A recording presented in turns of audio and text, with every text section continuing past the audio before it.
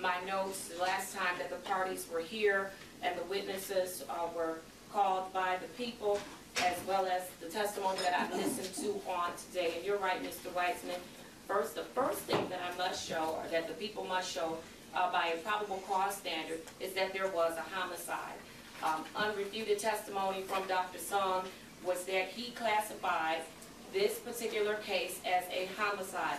And he was very clear, as a matter of fact, that this was a 24-year-old, otherwise healthy female whose body had been hidden from view, who had showed no anatomic causes for death, who showed no toxicological causes for death, no environmental causes for death, and there was no other reasonable cause for death with respect to the victim. And so he determined that this was, in fact, a homicide.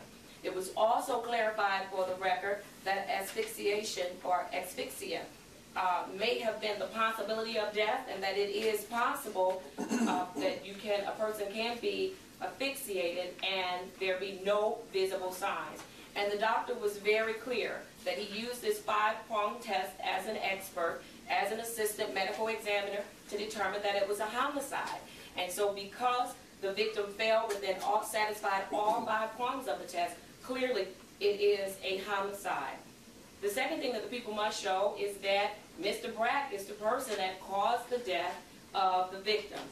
The evidence or the information that has been placed on this record is very clear to this court that there was communication between the victim as well as the defendant during the times and questions. And I will tell you that initially the people's first few witnesses, I sat and kept making a note.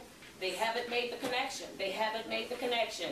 And then the people called Miss Morrell, who was the neighbor who dared to get involved, who picked up the phone and told the police what she saw.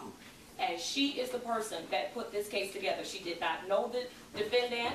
She did not know the victim. She clearly described the defendant, and she also picked him out of a lineup after having had no interaction with the defendant whatsoever. And so she is the person that places the defendant on Fielding Street with that trash can, moving it to the front of a vacant house, the only yellow house on the block, on Fielding, where the crime took place, or where the deceased body was found.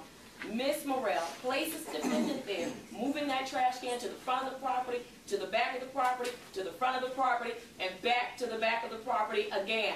Also, it was clear from the exhibits that the people placed into the record that the debris that was found in front of the trash can was not natural debris. It was debris that was placed there by someone who was trying to conceal what they had done. And in this case, Mr. Brack, you were trying to conceal that you had, in fact, at least from a probable cause standard, for this court, killed Miss Kajavia Globe. And so don't do it in my courtroom, please.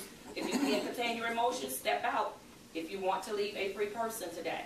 And so based on all the evidence that I've heard, I am finding that the people have, in fact, met their burden.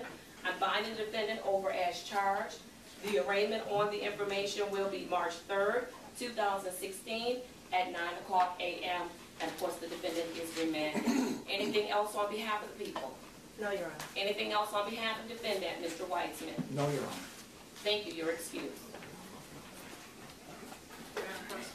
And for those individuals that are in the audience, I am going to ask you to remain seated until my deputies can tell you how to leave the courtroom. Thank you so much for your cooperation. Just indulge me for a few minutes.